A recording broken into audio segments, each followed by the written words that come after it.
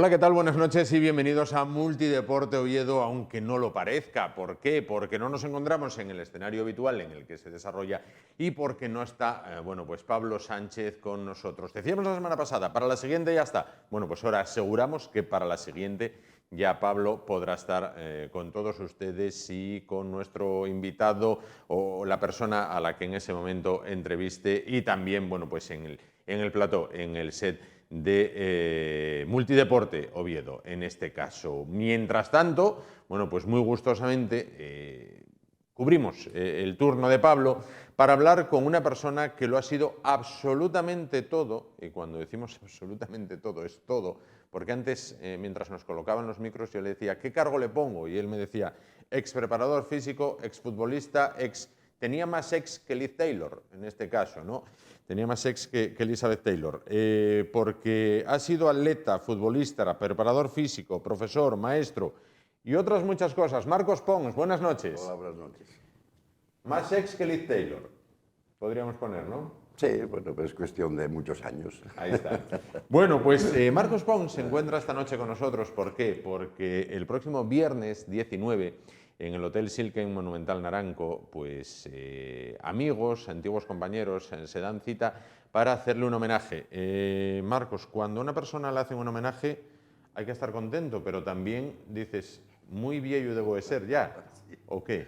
Bueno, ya hubo otra presentación y uno de los amigos que dirige la comisión dijo, vamos a hacerle un homenaje antes de que se nos marche. Y Bueno, yo dije, ¿que se nos marche para dónde? ¿Para dónde? Espérame. ¿Para dónde? Claro.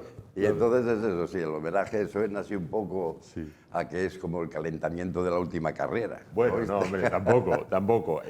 Vamos a ver, ese homenaje es el viernes 19 de mayo a las 8:30. Bueno, pues aquellas personas que quieran acompañarle, bueno, verán el cartel ahí, pueden dirigirse a esa dirección, a esos teléfonos. Vamos a ver, me dicen las personas que lo conocen, si algo cabe destacar de Marcos Pons es el humor, la generosidad y el trabajo. Cuando las personas que son amigos dicen eso, dice mucho de la persona, ¿no? Sí, bueno, pienso que sí, que son tres aspectos importantes de mi vida. Sí. Te salen sin querer, evidentemente, Sí. pero en el fondo el humor, para tener humor hay que estar contento y Claro. ser feliz. Y después el trabajo, por supuesto, porque escogí afortunadamente una profesión en la que no trabajé en mi vida. Nunca tuve la sensación de trabajar, Claro. porque siempre iba a divertirme a los entrenamientos y siempre que algo relacionado con el deporte para mí era una liberación. Qué bueno. Y entonces me gustaba trabajar, Claro. por supuesto, y ayudar a la gente, que fue otra de mis características. Ayudé a muchísima gente. Cuando la preparación física era incipiente, la gente... Sí, es que de eso quería hablar. Usted fue el único asturiano licenciado en la primera promoción del INEF, en la Universidad Politécnica de Madrid. De aquella, la preparación física no contaba tanto como ahora, ¿no? Ahora, por ejemplo, vemos, vamos a ir a lo más conocido, los futbolistas. Son máquinas, por supuesto. que están controlados al milímetro, que hay veces que les ponen como si fuera un sujetador que les va marcando absolutamente todo. Pero de aquella, ¿cómo era el tema? Bueno, de aquella prácticamente la preparación física no existía. Había... La gente se ejercitaba para jugar al fútbol, pero más que nada como si fueran atletas de medio fondo. Sí. No había un trabajo específico de fútbol. Eso vino después, poco después. Sí. Yo creo que a raíz del Mundial fue cuando se empezó a... Del Mundial de aquí, del 82. Exactamente, que se empezó a estudiar. A ver, que esto es el fútbol, se juega así, hace falta esto. Y se empezó a investigar. Claro. Y de ahí salieron unos datos y fue cuando la preparación física en sí empezó a ser muy específica de fútbol. Claro. Ya los futbolistas empezaron a entrenar como futbolistas y no como atletas. Y no como atletas, claro. Usted ha tenido una vida ligada profesionalmente sobre todo al balonmano y al fútbol. Sí. Es así, ¿no? Básicamente sí. Bueno, en el balonmano, ¿cómo se inicia? ¿Y cómo lo desarrolla? Bueno, cuando dejé la actividad futbolística en el 84, me llamó un amigo para ver si me gustaría preparar al Naranco de balonmano, que acababa de ascender a la Liga Sobal aquel año. Sí, sí. Bueno, Allá. mucha gente me decía, pero bueno, ¿qué tiene que ver? Tú y yo es de fútbol. Y de fútbol, no, perdona, yo estudié en el INEF 2 años de balonmano intensísimamente, con dos grandísimos profesores, que fueron Domingo Bárcenas y José Román. O sea que yo algo de balonmano debo de saber. Claro. Entonces, y luego, a partir de eso, y la observación del deporte, y que yo tuve la suerte de haber estudiado el bachiller en el Loyola, en el colegio, que era un colegio que en aquella época, por lo menos ahora no lo sé, el deporte era muy importante. Pero no el deporte de jugar en el recreo, el deporte organizado. De todos los deportes, todo de la mano de Luis Norniella, evidentemente. Profesor genial y irrepetible, vamos, que fue el que me lió a mí para ir al INEF de Madrid. Exactamente. Y ahí empezó todo, el naranco, el balonmano, fue 15 años. Casi nada, ¿eh? 15 años. Casi nada. Unos años subíamos, otros bajábamos, porque siempre estuvimos ahí. Pero bueno, para el equipo aquel, estar en la Liga Sobal y mantenerse un año era como ganar la Liga. Claro. O sea, claro, porque yo me acuerdo de haber ganado al Barcelona en el Palau, con el naranco. Y haber ganado al Tecan Santander, que al Atlético de Madrid en Magariños. O sea, bueno, normalmente no eran los resultados que se daban, pero alguna vez sí se dieron. Pero dábanse casos. De vez en cuando. Dábanse casos. Bueno, y en el fútbol, ¿cómo llega al fútbol y cómo se desarrolla en el fútbol? Bueno, llegué al fútbol porque yo hice el máster o la maestría de fútbol en el INEF de Madrid, con Villalonga y Santisteban. Entonces, el último año que estuve ahí en Madrid, pues Horacio Leiva, gran amigo mío, ya desaparecido por desgracia, era el director de la Escuela Asturiana de Entrenadores aquí en Asturias. Y estando yo en cuarto del INEF ya me fichó. Dijo, bueno, tú cuando vayas para Oviedo, ahí tienes. Tú vas a ser el profesor de... Bueno, y ahí empezó todo en el año 71.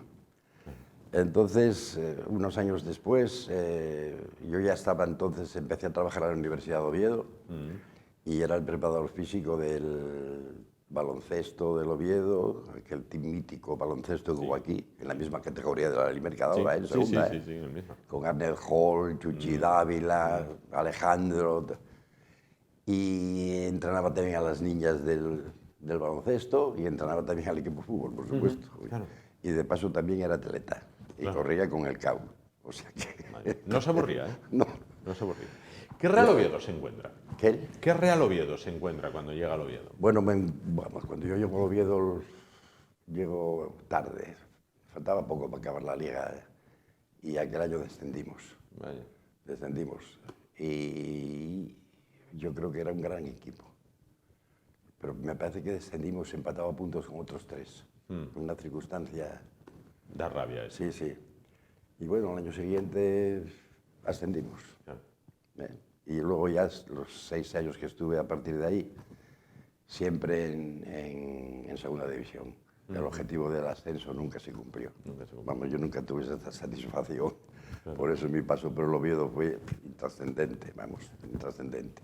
Pero, por ejemplo, en la preparación física de un deportista, no de un deportista individual, sino un deportista de equipo, como puede ser el balonmano o como puede ser el fútbol, el deportista, ustedes lo llegan a conocer también, que el deportista puede mentir al entrenador, de ¿cómo estás? Estoy bien, pero ustedes no le pueden mentir. No. O sea, están permanentemente haciendo pruebas y análisis que detectan la realidad, la verdad. Claro. Entonces, hoy día, además, la gente está muy preparada, y cada vez más. Hoy en día, un lateral de fútbol, corriente y moliente, un lateralín del montón, ¿podría anular alguna de las que fueron figuras en el pasado solo porque ahora la condición física que exhibe es muchísimo mayor? Sí, por supuesto. Por ejemplo, voy a poner un ejemplo. Para mí, abuelo en paz esté, lo máximo que había visto jugar era Herrerita. Lo máximo. Sí, ¿Bien? No había ni Di Stéfano, ni Cruyff, ni Pelé, ni Maradona. Para él era Herrerita. Herrerita al máximo. Sí. ¿A Herrerita ahora mismo lo anularía cualquier defensa lateral? Sí, sin duda. Y a Garrincha. ¿Y a Garrincha también? Sí, por supuesto. Por supuesto. O sea, no digo que lo driblarían 20 veces, pero iba a estar ahí la 21. Y entonces acabaría por desesperarse, o tirar el balón fuera, o decir, chaval, el balón, déjame en paz. Claro. Se está viviendo los últimos, iba a decir días, no, temporadas, de un paradigma de un futbolista como es Messi, que es el único que puede jugar andando. No, bueno, juega andando mientras no tiene el balón. Cuando tiene el balón ya no juega andando. Claro, pero Ya. ¿hay que forma más parte? ¿El talento innato Sí, que sí. tiene o esa preparación física enorme? Porque creo que en preparación física, según dicen, Cristiano Ronaldo, por ejemplo, le supera. Cristiano creo que está entrenando, pero al otro la naturaleza le dotó de un don, Es ¿no? que no tiene nada que ver. Vamos, el fútbol es cerebral. El fútbol se juega con la cabeza. ¿Quién juega mejor al fútbol? El que primero piensa y el primero decide lo que hay que hacer y encima que si lo hace bien, pues entonces apaga y vámonos. Entonces son dos conceptos diferentes. Comparar a Ronaldo con Messi es absurdo. No tiene nada que ver un futbolista con el otro. Los dos fueron muy buenos en cuanto al rendimiento. En cuanto a la manera de analizarlos futbolísticamente, no hay color. Ronaldo manifestaba un poderío físico impresionante para el cual no hacía falta tener mucha técnica. Todo lo contrario de Messi. Todo lo contrario de Messi, que lo basaba todo en su habilidad enorme para llevar el balón corriendo, haciendo regates y curvas y malabarismos, con el balón pegado al pie, y después sabía dar el pase perfecto para él o para un compañero. Que los jugadores, por ejemplo, en la época de Barcelona se forraron a meter goles porque él les ponía la pelota allí en el sitio justo. Los hizo millonarios a todos. Claro, claro, evidentemente. Efectivamente. Sí, sí, sí. Efectivamente. Bueno, a lo largo de toda esta dilatada carrera, 47 años fue profesor de la Escuela de Entrenadores de la Real Federación de Fútbol del Principado de Asturias. Más de 7 años como profesor a nivel nacional de la Escuela de Entrenadores de la Real Federación Española de Fútbol. Bueno, ¿ha visto pasar por ahí a cuántos y a quiénes? Bueno, un día estuvimos echando la cuenta, a más de 2.000. A más de 2.000. Sí, más de 2.000. Yo llegué, tuve años de dar 5 cursos. O sea, más de 2.000 entrenadores los inicié. Porque después cuando les das el título ya saben más que yo, ¿entiendes? Sí. Pero a iniciarlos los inicié yo. Sí. Como cuando van a la escuela saben poco. Sí. Luego aprenden y afortunadamente me ratificaron que yo, que no triunfé en la práctica como preparador, sí triunfé como profesor, porque muchos de mis alumnos... Como preparador no lo hizo mal, ¿no? Del montón. Bueno. Muchos de mis alumnos, con trabajos que me pedían ellos, que yo les hacía, lo que yo no pude hacer haciendo mi trabajo para mí, lo hacía para ellos y ellos quedaban campeones, ascendían, pues, eran exitosos. Y digo, bueno, mal lo soy yo. No lo sé yo. Pero bueno, un granito de arena ahí también tenía.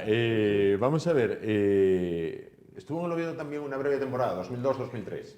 Sí, bueno, que fue una circunstancia, me llamó Vicente.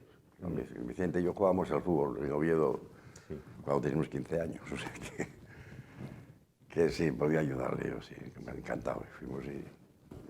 ¿Qué papel juega en un equipo cuando acaba la liga? Vale, muy bien, ya sea balonmano o baloncesto, o cualquier otro deporte. Acaba la liga, dices, bueno, vamos a preparar la siguiente. Y llega la pretemporada. Vale. La pretemporada, hay muchos que piensan, bueno, oye, para jugar contra este, contra el otro y contra el de más allá, tal, pero el éxito de la temporada se basa en una buena pretemporada. Quiero decir, es como el agricultor que va a recoger lo que ha sembrado. Tal cual. Así que es un ejemplo perfecto el que has puesto. Sí. Una mala pretemporada lleva una mala temporada. Evidentemente, los deportistas de equipo, los individuales tienen otra planificación. Sí. Porque planifican en cuanto a los campeonatos que tienen, en Al primavera calendario, ¿no? y tal. Ya. El fútbol hay que jugar 40 partidos, una semana sí y otra también. Entonces la temporada es muy larga y tienes que cargar las pilas. Yo hablo así, claro, no es un lenguaje científico. Hay que cargar las pilas para vivir un año. Luego tiene sus altibajos dentro de la propia temporada que tú tienes que ir vigilando y modelando. Y sí se estudia muchas veces ciertas épocas, dice, bueno, ahora tengo 3 equipos que, bueno, no son muy tal y cual. Entonces aprovechas para hacer algún cambio, otra pequeña pretemporada a lo mejor. Pero bueno, eso cada año es diferente, evidentemente. Porque cada año cambia el calendario, cambian los grupos y cambia la categoría en la que juegas. Pero, por ejemplo, imaginémonos un jugador del Real Oviedo o del Sporting, ¿vale? Juega cada 7 días. Sí. Juega un domingo, ¿vale? Vamos a suponer que ese jugador destaca porque juega muy bien, mete muchos goles, yo qué sé. Y lo lleva un grande, como puede ser un Madrid o un Barcelona. Ahí juegas domingo, miércoles, martes, domingo. Es decir, el cuerpo sigue siendo el mismo. Sí. ¿Cómo lograr que lo que antes hacías una vez cada 7 días, ahora pasas a jugar a cada 4 días? Y tienes que jugar al máximo nivel, sí, porque ahí no vale atecharse. Es un gran problema. Es un gran problema que trae a los preparadores físicos de cabeza, evidentemente. ¿Qué implica que tú juegues 3 partidos en una semana? Implica que no te da tiempo a recuperar el esfuerzo. Claro. Entonces los entrenamientos que haces entre partidos los haces al 20%, al 30%, pero llega el partido y compites al 100%. Aunque tú digas, bueno, estoy un poco cansado ya, no, en el momento que te metes en el partido vas a tope. Entonces, ¿qué pasa? Yo creo que ese es una opinión personal. El motivo principal por el que ahora, en estos momentos, hay tantísimas lesiones en el fútbol es por esto. Los jugadores no entrenan al nivel que tienen que entrenar para competir al nivel altísimo en el que compiten. Entonces pagan las consecuencias. Dijo, creo que fue Zidane, se juega como se entrena y se entrena como se vive. ¿Esto es así? Sí, bueno, no, eso ya es un dicho del fútbol del paleolítico. Sí, pero es así. Sí, evidentemente. Claro. Evidentemente, el que se acomoda entrenando no crea los estímulos suficientes conocidos para aplicarlos después en el partido, porque es algo que desconoce. Claro. Si desconoce una cosa no la va a aplicar, evidentemente. Claro. En el partido, en los entrenamientos hay que tocar los umbrales de esfuerzo que vas a tocar tú también en los partidos, porque si no, en el momento que un esfuerzo te sorprenda, te derrota, te deja tirado allí. Claro, ese es el problema. Romario decía que si salía de noche por ahí de comedia que jugaba mejor. ¿Esto es compatible en chavales jóvenes? Quiero decir, por ejemplo, dicen, es que perdieron, por ejemplo, es que salieron ayer. Muchos de ellos no llegan a 25 años. Sí. Si un día todos tenemos salido y al día siguiente vas a trabajar. Si no aguantan con 25 años... Quiero decir, ¿es tan incompatible el salir con el competir? No es tan incompatible. Se puede salir perfectamente y competir. Ahora, lo que hay que mirar es cómo sales. Y lo más importante, cómo entras. Más bien cómo entras, ¿eh? Más bien cómo vuelves. Si tú eres una persona responsable, ¿qué problema hay en que salgas con los amigos a cenar o a tomar una copa? Por ahí, ¿qué problema hay? Ninguno. Claro, lo que pasa es que tienes que pensar que tú eres deportista y que no te puedes permitir, a lo mejor, gente que tiene un trabajo que puede echar una cabezadita, sí. Un futbolista no puede, al día siguiente tiene que entrenar, claro. Evidentemente. Claro. Y ahora cuando se echa uno la vista atrás, ¿a quién recuerda especialmente, bueno, pues no sé, como deportista, ya fuera en el fútbol o en el balonmano, que dijeras, este chaval es un portento, este chaval está como un toro, está como una máquina, este va a llegar lejos? En el fútbol no tengo una referencia así, pero en el balonmano la tengo clarísima, es Alberto Entre Ríos. Alberto Entre Ríos. Ya se veía de aquella que podía llegar. Sí, lo empecé a entrenar yo cuando tenía 17 años y ya sabía yo que fue el mejor lateral del mundo, evidentemente. Además que cogió una buena generación, ¿no? Sí, y además porque él también, aparte de las aptitudes que tenía el carácter suficiente para saber cómo había que entrenar y cuándo y cuánto. Y no ponía era muy profesional. Claro. El futbolista, el deportista actual, cuando se le marca un plan de entrenamiento, hay que variárselo porque llega a aburrir sí, claro. Lo que está haciendo. Evidentemente, el aburrimiento es incompatible con el entrenamiento.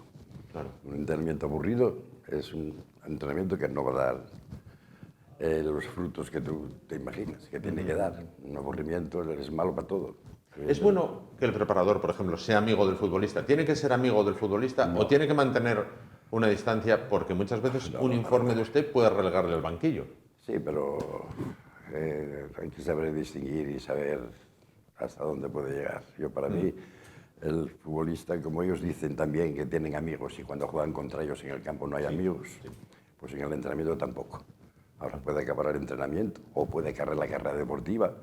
Y yo tengo ahora muchísimos amigos que fueron futbolistas, pero que fuimos amigos 8 años menos las 3 horas que entrenábamos cada día. Ahí no. Esas se descuentan. Claro.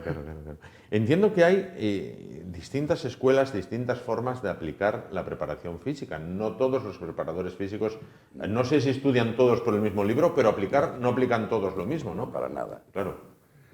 Las carreras son como todo. La carrera de Derecho, todos estudian los mismos libros y los mismos textos, pero luego a la hora de trabajar, cada abogado es diferente.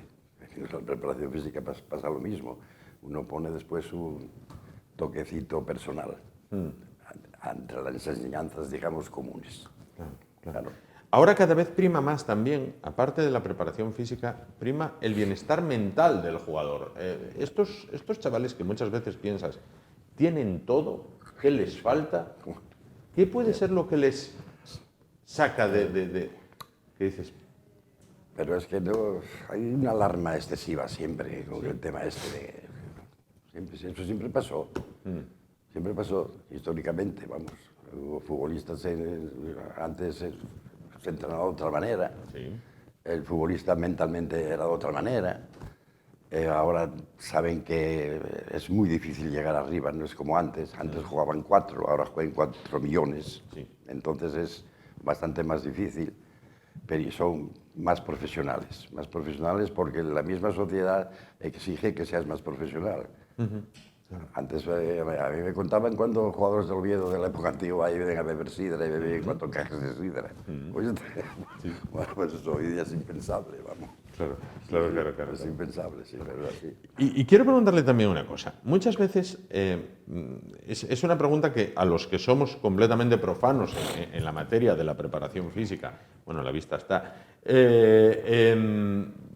siempre nos llamó la atención. Por ejemplo, decíamos antes, un jugador juega un domingo, vuelve a jugar el miércoles porque hay Copa de Europa y vuelve a jugar el domingo y dices, es que está roto, está machacado porque jugó ya el miércoles. Y hay quien te dice, ojo, los ciclistas hoy recorren 400 kilómetros y mañana 350 y pasado 500. Sí, pero no tiene que ser la distancia de una bicicleta. Y tienen que subir un puerto, por ejemplo. Ahí está el clave. El futbolista tiene que estar preparado para subir puertos, para allanear.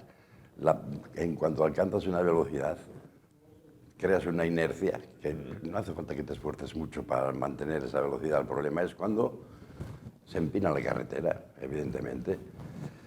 El ciclismo, evidentemente, es de una exigencia física tremenda. Sí.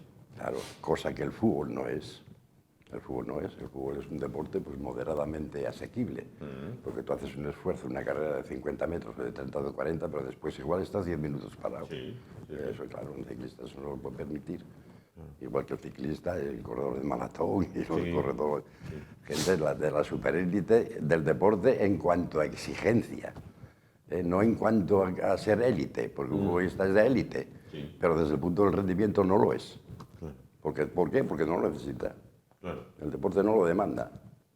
Claro, porque es importante el esfuerzo en un momento determinado, pero puedes permitirte el lujo de después de decir voy a descansar un poco. Cosa que otros deportistas ni se lo imaginan. Ni se lo imaginan. Claro.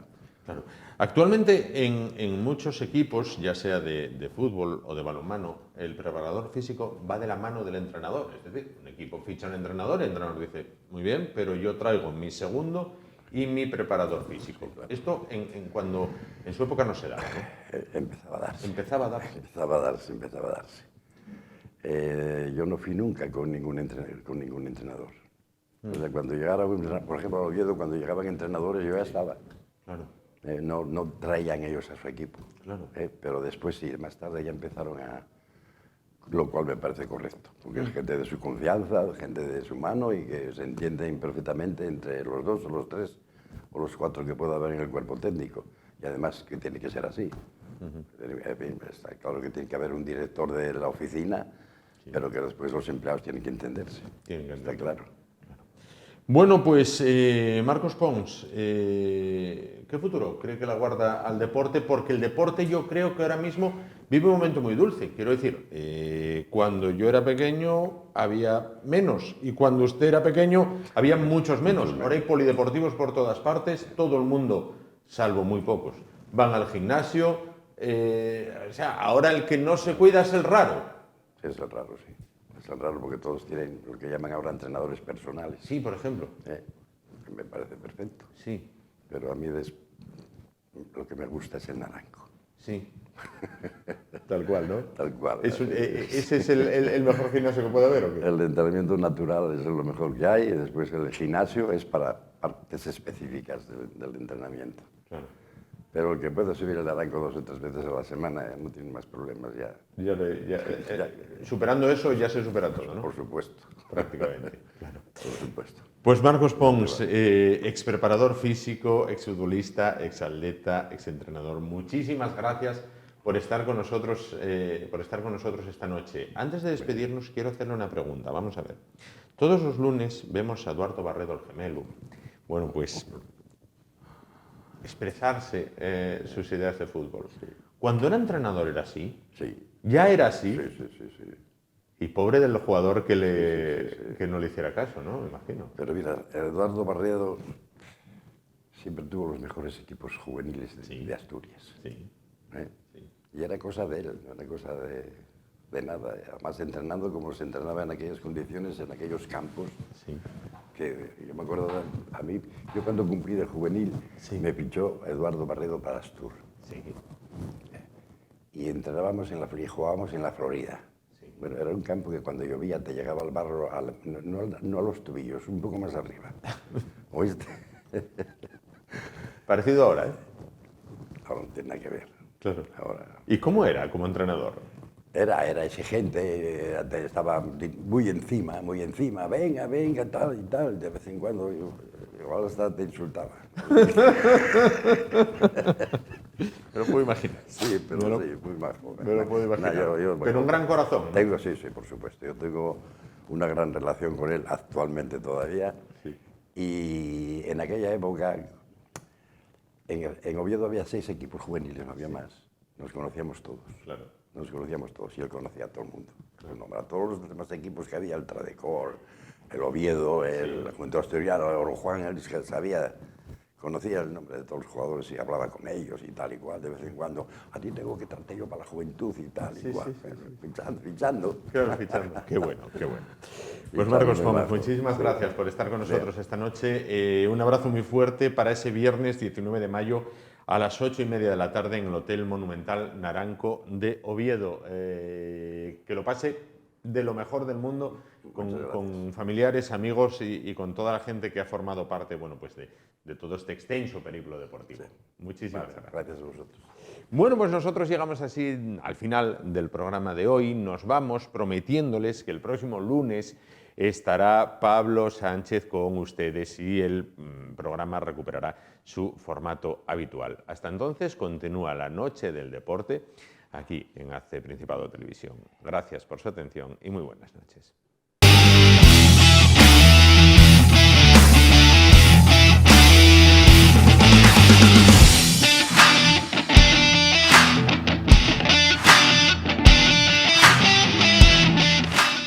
El Ayuntamiento de Oviedo ha patrocinado este programa.